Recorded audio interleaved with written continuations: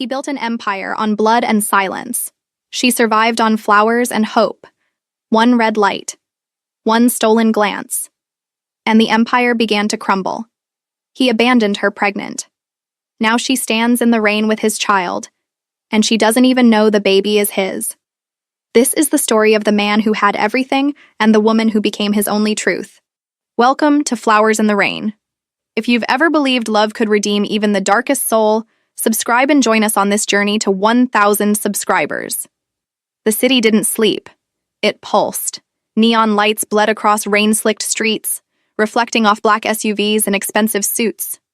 Power moved in shadows here. Money spoke in silence. And fear? Fear had a name. Kang Ji-won, 29. Heir to the Kang clan, the Korean mafia's golden son. Cold, calculated, untouchable. He sat in the back of his armored car, fingers drumming against his knee. His driver didn't speak. His bodyguards didn't breathe too loud. That's how it was when you rode with a man who could end lives with a phone call. The light turned red. Ji-won glanced out the tinted window. Bored. Traffic. Rain. The usual suffocating routine of a city that bent to his will. Then he saw her. And the world stopped. She stood on the corner, drenched, hair plastered to her face. A thin jacket doing nothing against the cold. In her arms, flowers, cheap, wilting roses wrapped in plastic. And a baby. Ji-won's heart slammed against his ribs. No, it couldn't be. But it was. Amara. The woman he'd loved. The woman he'd destroyed. 1 year ago, he'd walked away from her. Not because he stopped loving her, but because his father had given him a choice. The family or her. He chose power. He chose survival. He chose wrong. She'd been pregnant. He knew. She'd told him, tears streaming, hands shaking. And he'd looked at her. God, he'd looked at her and said nothing. Just turned and left. He told himself it was mercy, that she'd be safer without him, that his world would kill her. But looking at her now, thin, exhausted, holding a baby against her chest while she tried to sell flowers to strangers who didn't even see her, he realized the truth. He was the one who'd killed her. Just slower. Stop the car, Ji-won said. His driver hesitated. Sir, we're in the middle of... Stop. The car. The SUV jerked to a halt. Ji-won's hand was on the door handle. His pulse roared in his ears. He hadn't felt fear in years, not since he'd taken his first life at 17. Not since he'd learned that mercy was weakness. But now he was terrified, because she was 10 feet away. And he didn't know if he was about to save her or destroy her all over again. Amara didn't notice the SUV. She was too focused on the couple walking past, trying to smile, trying to sell just one bouquet. Just one. Enough for formula, enough for diapers, enough to survive another day. The couple ignored her.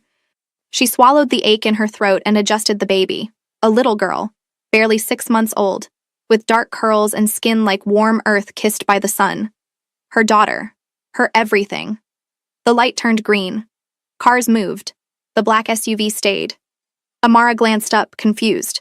The tinted windows revealed nothing. But something about it made her skin prickle. She stepped back. The door opened. And her entire world shattered. Because the man stepping out, tall, broad-shouldered, dressed in a black suit that cost more than her entire year, was the man who'd ripped her heart out and left her bleeding.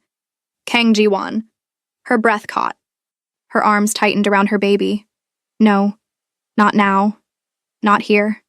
He stood in the rain, staring at her. His face was the same, sharp, beautiful, deadly. But his eyes weren't cold anymore. They were broken. Amara, he said. His voice cut through the rain, through the noise, through the year of silence. She took another step back. Don't, she whispered. He moved closer. Slow. Like approaching something wild. Something that might run. His voice cracked. Kang Ji-won, the man who never hesitated, stumbled over his own words. I didn't know... You knew. Her voice was steady. Too steady. Because if she let it break, she'd fall apart. You knew everything. His gaze dropped to the baby in her arms. And for the first time in a year, Amara saw him. Not the crime lord, not the heir, not the man made of ice. Just the boy who'd loved her once, before power swallowed him whole. She's yours, Amara said quietly. The words landed like bullets. Jiwon's knees nearly buckled. A daughter. He had a daughter. And she'd been suffering. Alone. While he sat in his penthouse, drowning in guilt and expensive whiskey, convincing himself he'd done the right thing. Why didn't you tell me? His voice was raw. Amara laughed. It was bitter, broken. You walked away, Jiwon. You made your choice. You thought I'd be fine? Her eyes burned.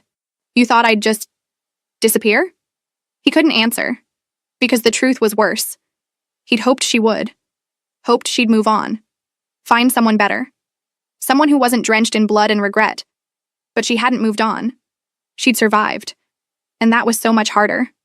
I'm sorry, he whispered. It was the first time he'd apologized to anyone in 5 years.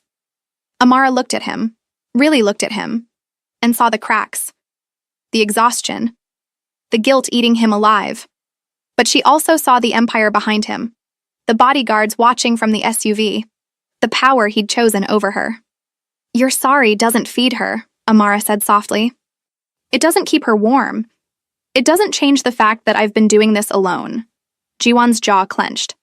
Let me help. Help? She shook her head. You think money fixes this?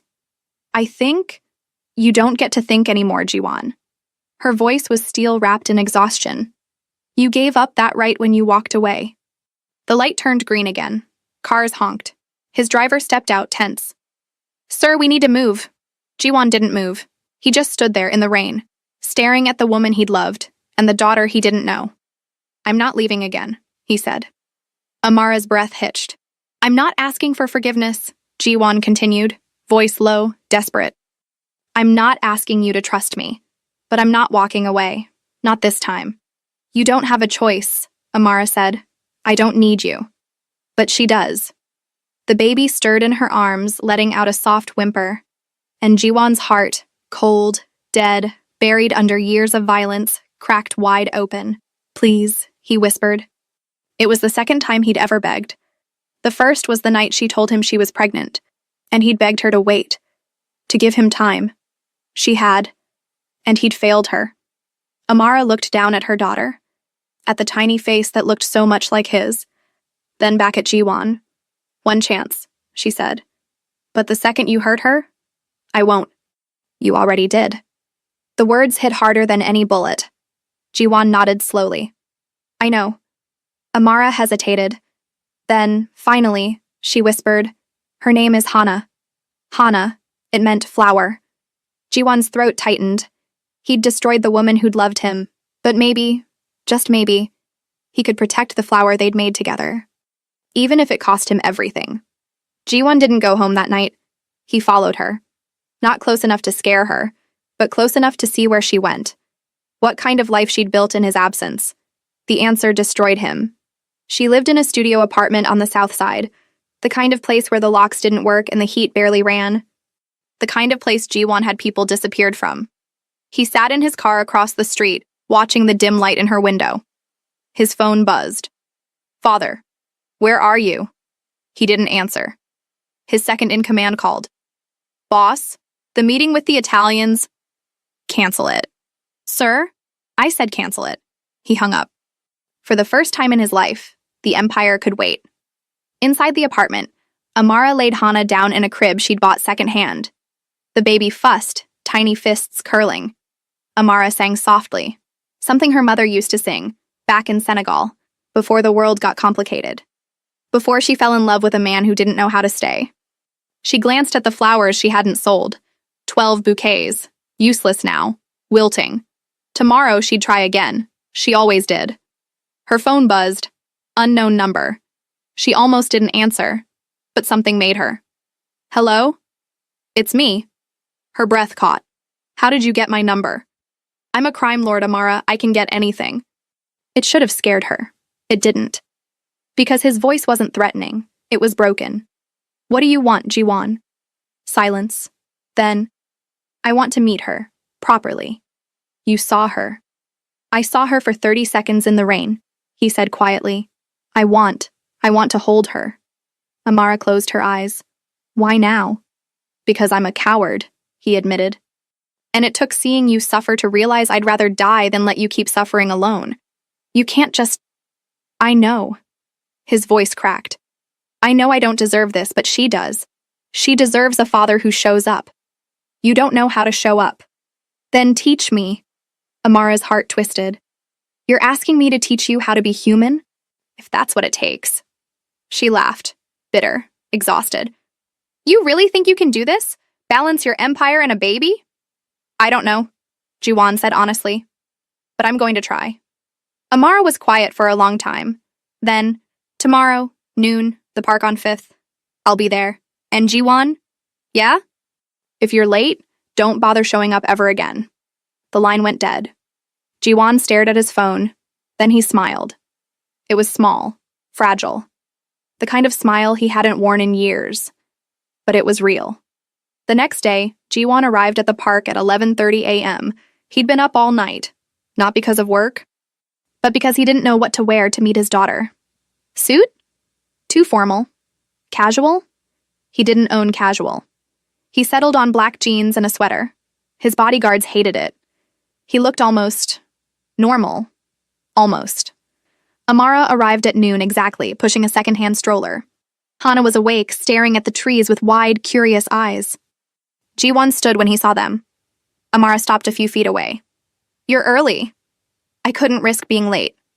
She studied him. He looked different. Less cold. More. Scared. Sit, she said. He did. She sat beside him, lifting Hana out of the stroller.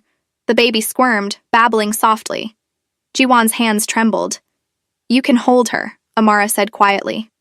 He hesitated. I don't know how. Support her head. Don't drop her. That's it. Slowly, carefully, Jiwan reached out.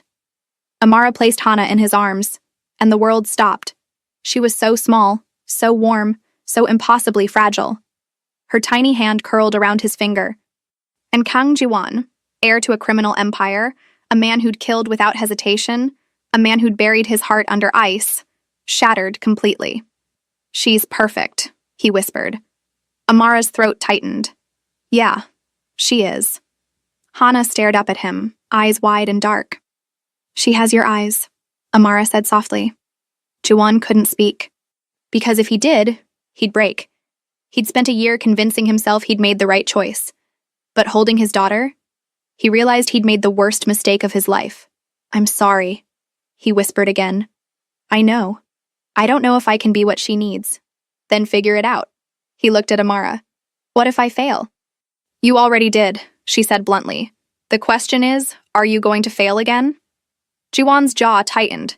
Then he looked back down at Hana, at the tiny, perfect life he'd helped create. No, he said. I'm not. Amara didn't smile, but she didn't pull Hana away either, and for now, that was enough. The call started 3 days later. Jiwan's father, his underboss, his enemies, everyone wanted to know the same thing. Why is the heir spending time with a street vendor? Jiwan ignored them. He showed up every day, noon, the park, sometimes just to sit, sometimes to hold Hana while Amara rested. He didn't push, didn't demand, just existed beside them, like he was learning how to be human again. But the underworld doesn't forgive humanity. On the 5th day, his father summoned him.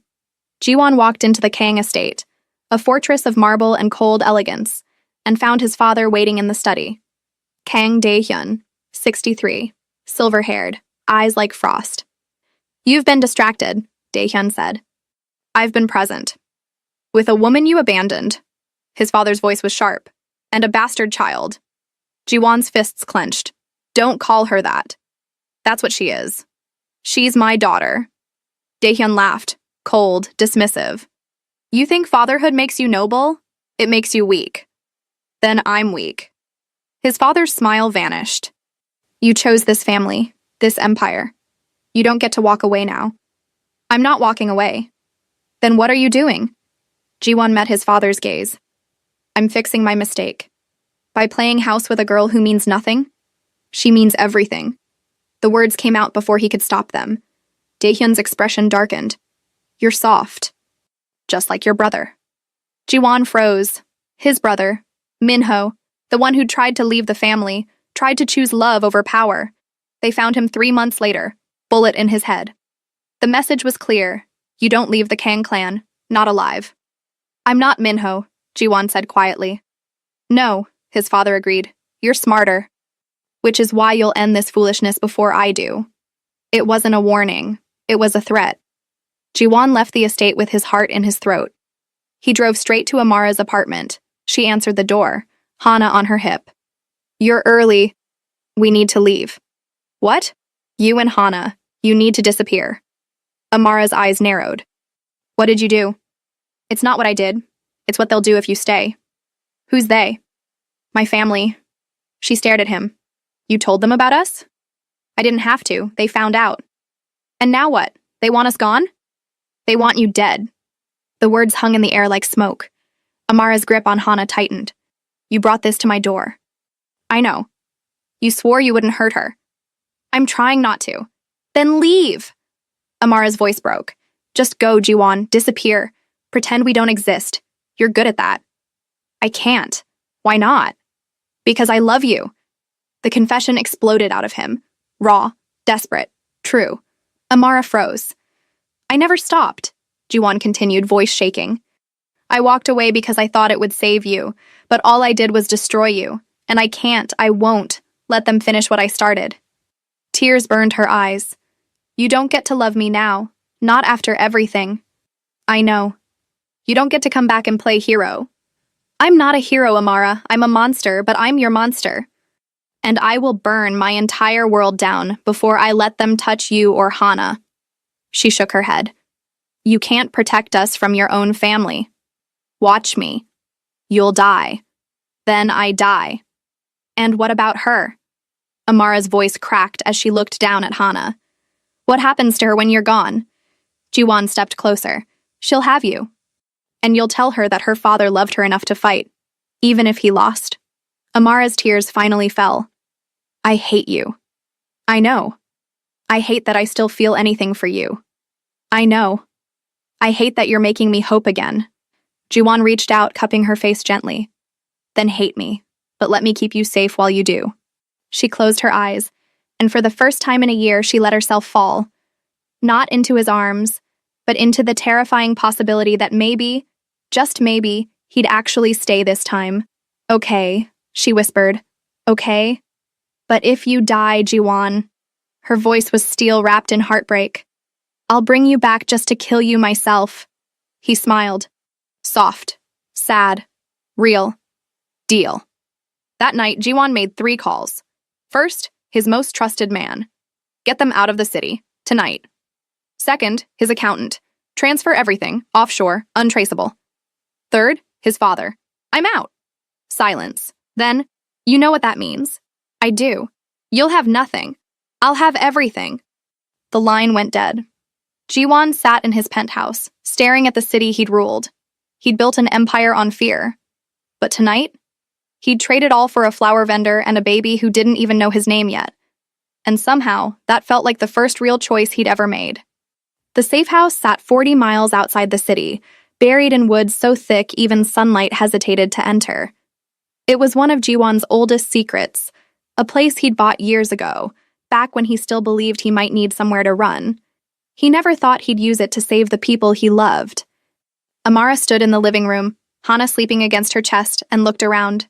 Stone fireplace, reinforced windows, enough supplies to last months. This is where you hide when your empire crumbles? She asked. Jiwon closed the door behind them, locking it with 3 separate deadbolts. This is where I hide the things that matter. We're things now? You're everything now. She wanted to argue, wanted to throw his words back at him, but exhaustion pulled at her bones, and Hana was finally sleeping deeply for the first time in days. There are 3 bedrooms upstairs, Jiwon said quietly. Take whichever you want. I'll stay down here. You're not sleeping? Can't. Not until I know you're safe. Amara studied him, dark circles under his eyes, tension in his jaw. He looked like a man holding the world together with nothing but willpower and regret. When was the last time you slept? She asked. When was the last time you did? He countered. Fair point. She sighed. I'm going to put her down. Then we need to talk. About? Everything.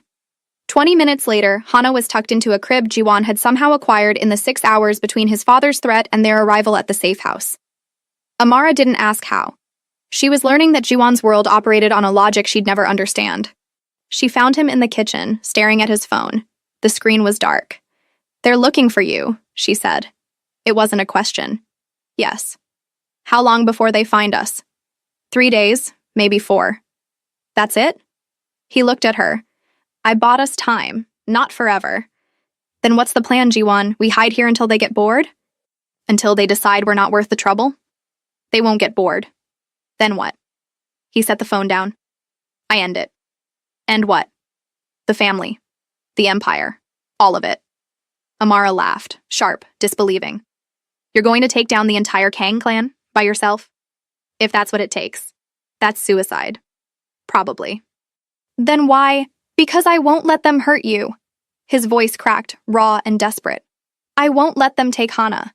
I won't let them turn her into what I am. I'd rather die fighting than live knowing I failed you again." Silence filled the space between them. Amara crossed her arms, trying to hold herself together. "You can't save us by getting yourself killed." "Then tell me what to do," Jiwon said. "Tell me how to fix this. Because I don't know. I've spent my entire life knowing exactly what to do, and now I don't know anything except that I can't lose you. Either of you." She saw it then. The cracks. The fear. The boy underneath the crime lord. "You want to know what to do?" Amara said quietly. "Stop trying to fight alone. I don't have anyone. You have me." He froze. "I'm not helpless, Jiwon. I survived a year without you. I kept Hana alive when I had nothing. So stop treating me like something fragile you need to lock away. I'm trying to protect you. I know. But I don't need a martyr. I need a partner." Jiwon stared at her. "You'd fight beside me? After everything?" "I don't know yet," she admitted. "But I know I'm tired of running. And I know Hana deserves better than a father who dies before she knows his name." He stepped closer. "What are you saying?" "I'm saying we do this together. We find a way out that doesn't end with you in a coffin. There might not be one. Then we make one."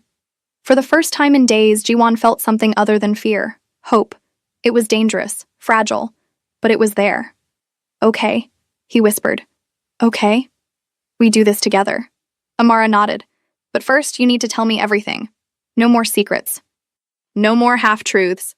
If we're doing this, I need to know exactly what we're up against." Jiwon exhaled slowly. "It's not a pretty story.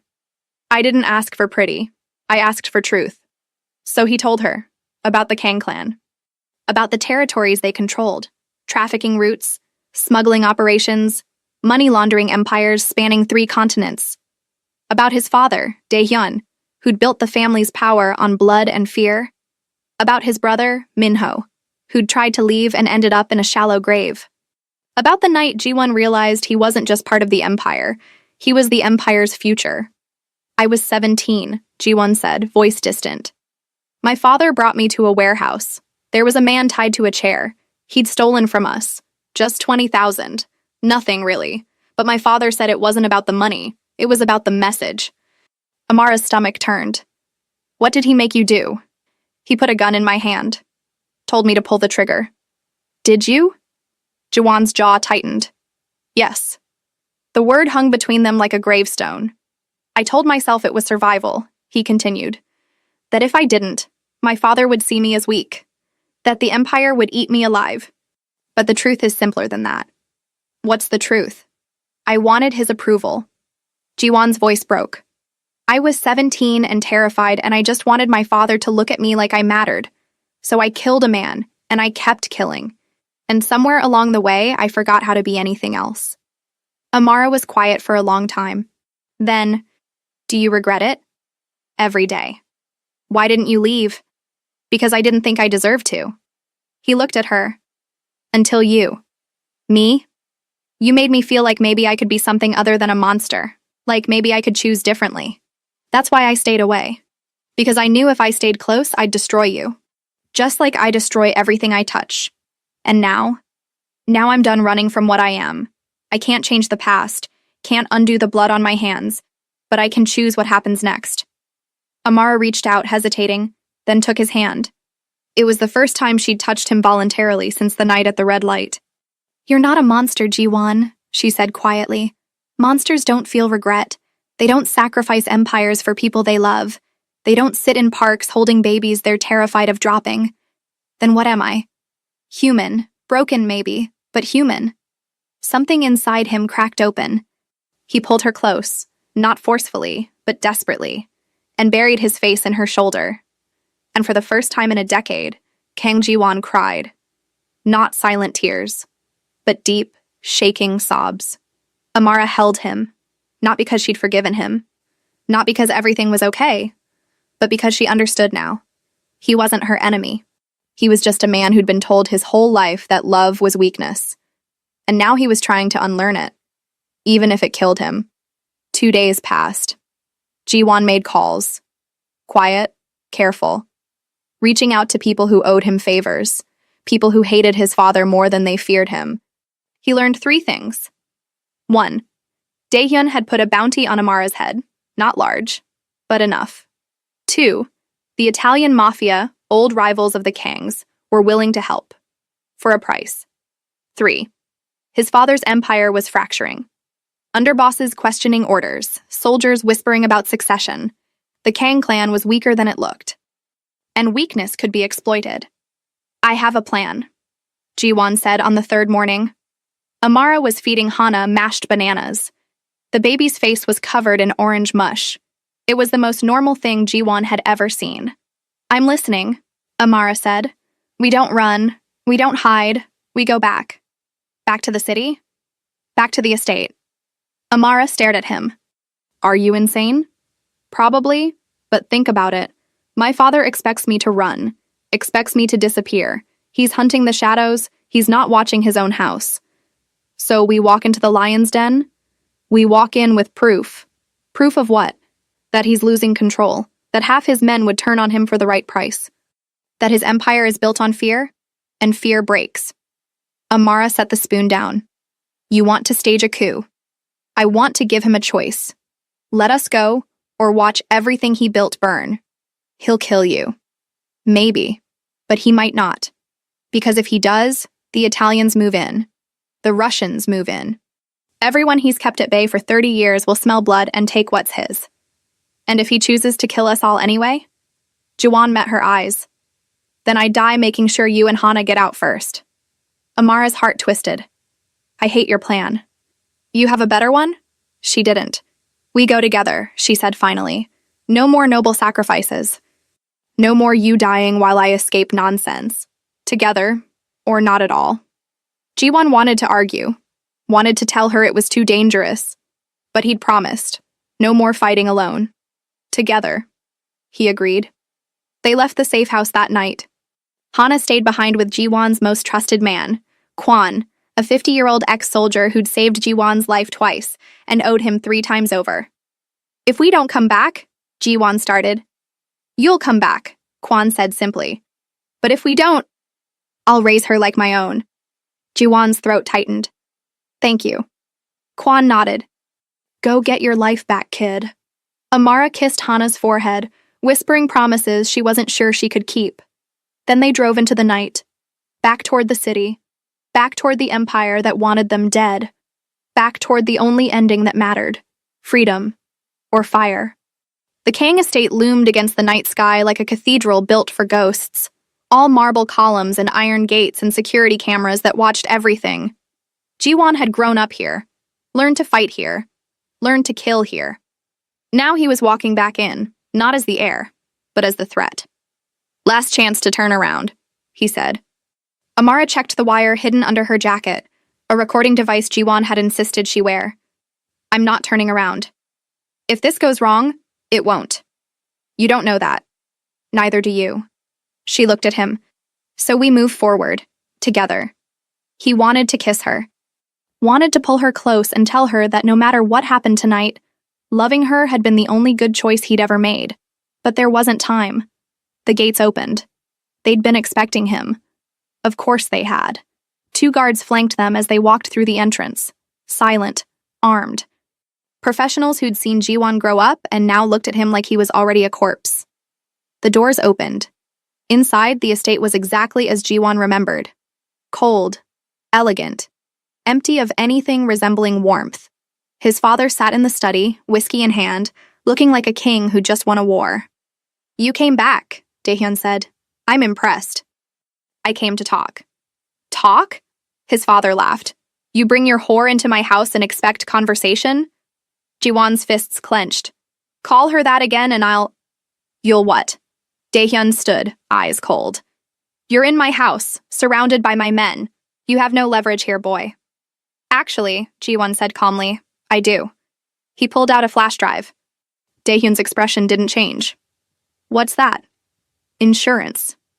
Every dirty deal you've made in the last decade, every murder you ordered, every politician you bought. It's all here. And if anything happens to me, Amara, or my daughter, it gets released." "You're bluffing." "Am I?" Silence. Daehyun studied him. "You'd burn your own family?" "You burned it first," Jiwon said quietly. "The second you put a bounty on their heads." "They're not family. She's a nobody. The child's a bastard. They're nothing." "To you, maybe. To me?" Jiwon stepped closer. "They're everything." Daehyun's jaw tightened. "You've gone soft." "No, I've gone sane." Jiwon's voice was steel. "I spent my whole life thinking power mattered. That fear mattered. That the empire was worth dying for. But it's not. It's just a cage. And I'm done living in it. Then you'll die outside it. Maybe. But at least I'll die free." Daehyun moved fast. Faster than Jiwon expected. The gun was out before Jiwon could react. Pointed at Amara. "Drop the drive," Daehyun said, "or I kill her." Jiwon froze. Everything stopped. The drive in his hand felt like it weighed 1,000 pounds. "You won't," Jiwon said. "You kill her, the drive gets released anyway. I set up a dead man switch." "You're lying." "Try me." Daehyun's finger hovered over the trigger. Amara didn't move. Didn't breathe. But her eyes, locked on Jiwon, were steady. Trusting. She believed he'd find a way. And God, he hoped she was right. "You have 10 seconds, Daehyun said. "Drop it or she dies. 10, 9, 8, wait." The voice came from the doorway. Everyone turned. A man stepped into the room. Late 50s. Silver-streaked hair. Eyes like broken glass. Kang Min-jae. Jiwon's uncle. Daehyun's younger brother. "Min-jae," Daehyun said slowly. "What are you doing here?"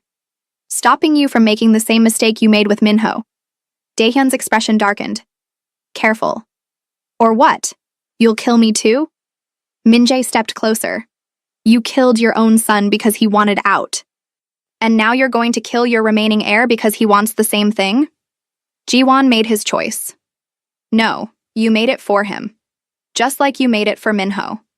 Just like you've made every choice for this family for 30 years. Min-jae's voice was calm. Cold. "But I'm done following you." Daehyun turned the gun toward him. "You'd betray me?" "I'm saving you from yourself." "By siding with a traitor?" "By siding with family." The room held its breath. Then Min-jae looked at Jiwon. "Show me the drive." Jiwon hesitated. "Why would I?" "Because I'm offering you a deal." Min-jae's gaze was sharp. "You give me the drive, you walk away. And in exchange, I take over the family." "No," Daehyun snarled. "This is my empire." "An empire that's crumbling," Min-jae interrupted. "Half your men are already planning to jump ship. The Italians are circling. The feds are asking questions. You're not invincible anymore, brother. You're desperate." Daehyun's hand shook. "I'll kill you all." "You could," Min-jae agreed. "But then what? The empire collapses. Everything you built dies with you. Or..." He paused. "You step aside. Let me clean up the mess. Let Jiwon go. And maybe, just maybe, the Kang name survives another generation." Silence stretched like a knife's edge. Jiwon could see it in his father's eyes. The calculation. The rage. The realization that he'd been outmaneuvered. Finally, Daehyun lowered the gun. "You walk out that door," he said to Jiwon. "You're dead to me." "I've been dead to you since I was born," Jiwon replied. "I just didn't realize it until now." Daehyun's face twisted. "You'll regret this." "The only thing I regret," Jiwon said, "is not leaving sooner." He handed the drive to Minjae. Minjae nodded. Go, before he changes his mind. Jiwon took Amara's hand. They walked toward the door. Daehyun's voice stopped them. You think you're free? You think you can just walk away and play happy family? Jiwon turned. Yes. You'll fail. You're too broken, too stained. That girl will realize what you are, and she'll leave. Just like everyone else. Jiwon met his father's eyes. Maybe. But at least I'll fail as myself. Not as your puppet. He walked out. Amara beside him. The gates closed behind them. And for the first time in his life, Kang Jiwon breathed free air. They didn't speak until they reached the car. Amara's hands were shaking. That was insane. Yeah. Your uncle just, staged a coup? Apparently? And your father just let us go? He didn't have a choice. Amara laughed, high, breathless, almost hysterical. We're alive. We're alive, Jiwon echoed. She turned to him. What now? Now. He started the engine. Now we go get our daughter. They drove through the night. Silent. Exhausted. Alive. When they reached the safe house, Kwon was waiting with Hana in his arms. The baby was asleep, peaceful, unaware that her entire world had almost ended. Jiwon took her gently. She stirred, blinking up at him with sleepy eyes. And he smiled. Not the cold smile of a crime lord, but the soft, aching smile of a father. We're free, he whispered to her. You're free. Amara watched them. Father and daughter, monster and miracle. What happens now? She asked quietly. Jiwon looked at her. That's up to you. Me? I'm out of the family. I have no empire, no power. Just money I stashed away and a very uncertain future. He swallowed hard. But if you'll let me, I want to build something new, something small, something real. With us? With you. Amara's eyes burned. You hurt me, Jiwon. I know. You destroyed me. I know. And I don't know if I'll ever fully forgive you. I don't expect you to. She stepped closer. But I want to try. His breath caught. Try? To build something real. To see if we can be more than what we were. To give Hana a family that isn't built on blood and fear. Jiwon's voice cracked. Are you sure? No, she admitted. But I'm willing to find out. He closed the space between them. Rested his forehead against hers. I love you, he whispered. I'll spend the rest of my life proving it. Good, she said. Because I'm not going anywhere. And there, in a safe house in the middle of nowhere, with their daughter asleep between them and the empire behind them, they kissed. Soft, slow, full of all the pain and hope and second chances they'd both stopped believing in. When they finally pulled apart, Amara smiled. So, where do we go now? Jiwon looked down at Hana, then back at Amara. Anywhere we want. 6 months later. The coast of Oregon was nothing like the city. No neon lights, no black SUVs, no shadows hiding knives. Just ocean, trees, and a small house perched on a cliff where the waves sang louder than gunfire ever had. Jiwon stood on the porch, watching the sunset paint the water gold. Hana was on his hip, babbling nonsense while she grabbed at his hair. She's going to rip it out, Amara said from the doorway. Let her, I don't need it. Amara smiled and joined them, wrapping her arms around his waist from behind. You say that now. Wait until you're bald at 30. Still worth it. Hana shrieked with laughter as she successfully yanked a strand loose. Jiwon winced. Okay, maybe not worth it. Amara laughed. Full, genuine, the kind of laugh he'd been chasing since the day he met her. They'd moved here 3 months ago, far from the Kang Empire, far from the underworld, far from everything Jiwon had been. He'd taken a new name, started over, got a job at the docks, hard, honest work that left his hands rough and his body tired. He loved it. Because it was his. Amara had started selling her flowers again. Not on street corners, but at the local farmer's market. People loved her arrangements, loved her smile, loved the way she talked about each bloom like it had a story. She was thriving. And so was Hana. At 11 months old, she was starting to walk, starting to say words. Dada came first. Jiwon cried when he heard it. Mama came second. Amara cried too. They were building something, slow, fragile, real. But peace doesn't erase the past. It just learns to live beside it. Late one night, Jiwon woke to find Amara standing by the window, staring at the ocean. "Can't sleep?" he asked. She didn't turn. "Do you ever regret it?" "Regret what?" "Leaving. Giving up everything." Jiwon got out of bed and joined her. Not for a second. "Even when it's hard?" "Especially then." She finally looked at him. "I worry sometimes that you'll wake up one day and realize you miss it, the power, the control." "I don't miss it, Amara. I miss who I thought I had to be to survive. But I don't miss the cage. What if your family comes looking?" It was the question neither of them wanted to ask. "Min-jae's kept his word," Jiwon said. "He's running things clean. Well, cleaner. And he made it clear to everyone, I'm out, untouchable, as long as I stay gone. And your father?"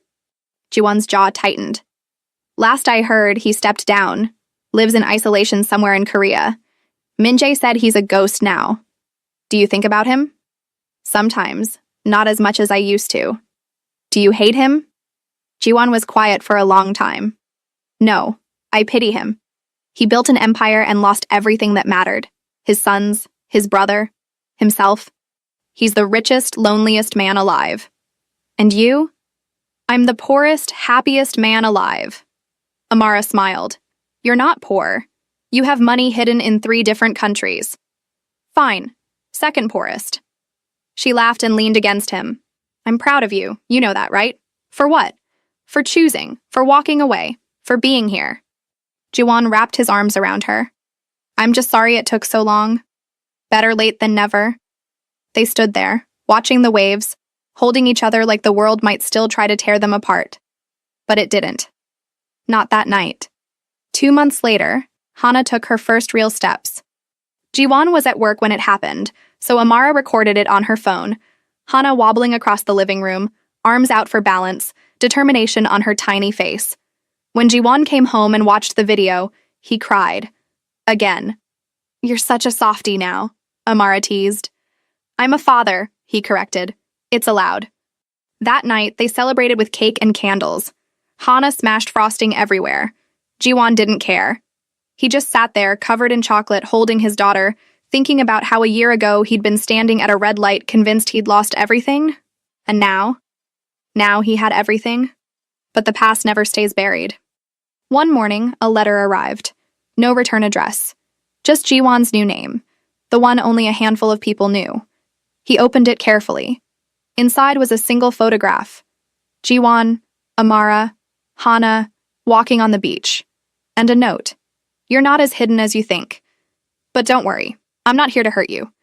Just to remind you, family is forever. Even when you run from it." Jiwon's blood ran cold. Min-jae, his uncle. The man who'd saved his life. The man who now controlled the empire. Amara found him standing in the kitchen, staring at the photo. "What is it?" she asked. He showed her. Her face went pale. "He knows where we are." "Yeah. What does he want?" "I don't know." "Jiwon, I'll handle it." "How?" "I'll call him." "And say what?" "Whatever I have to." Jiwon made the call that night. Min-jae answered on the first ring. "Hello, nephew. What do you want?" "Relax. I'm not your enemy." "Then why send the photo?" "Because you need to remember something." Min-jae's voice was calm, measured. "You're out. I gave you that. But you're still a Kang. And the world doesn't forget. I'm not coming back. I'm not asking you to. I'm asking you to be smart. Keep your head down. Don't make waves. And most importantly, don't trust anyone completely. Why are you telling me this? Because enemies don't disappear just because you do. Your father's gone, but his old allies aren't. Some of them would love to hurt me by hurting you. Then let them come. You'd risk your family for pride? Jiwon's fists clenched. No. Good. Then listen. Stay where you are. Keep quiet. And if anyone comes asking questions, anyone, you call me. Understood? Why are you protecting me? Because you're family. And despite what my brother taught us, family means something. The line went dead. Jiwon stood there, phone in hand, heart pounding. Amara appeared in the doorway. What did he say? He said we're safe. As long as we stay invisible. And if we don't, then we're not. She crossed her arms. So what do?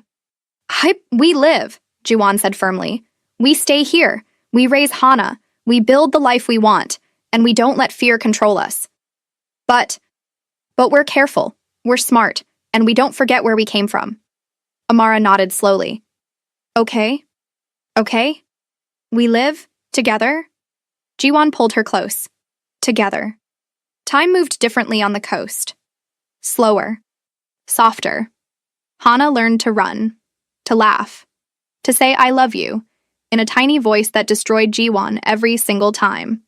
Amara's flower business grew. She hired help. Started delivering arrangements for weddings and events. Jiwon got promoted at the docks. Became a foreman. Earned respect not through fear but through hard work. They weren't rich. But they were happy. Some nights, Jiwon still had nightmares. He'd wake up gasping, covered in sweat, convinced he was back in the Empire. But Amara was always there, holding him, reminding him, "You're here, you're safe, you're loved." And slowly, so slowly, the nightmares faded. On Hana's second birthday, they threw a small party. Just neighbors. Friends from the market. People who knew them as James and Mary, the quiet couple with the beautiful daughter. No one knew who they really were, and that was fine. Hana blew out her candles, making a wish she couldn't articulate yet, but felt deep in her tiny heart. Jiwon watched her, overwhelmed. 2 years ago, he'd been a crime lord, a killer. A man who thought love was weakness. Now he was just a dad.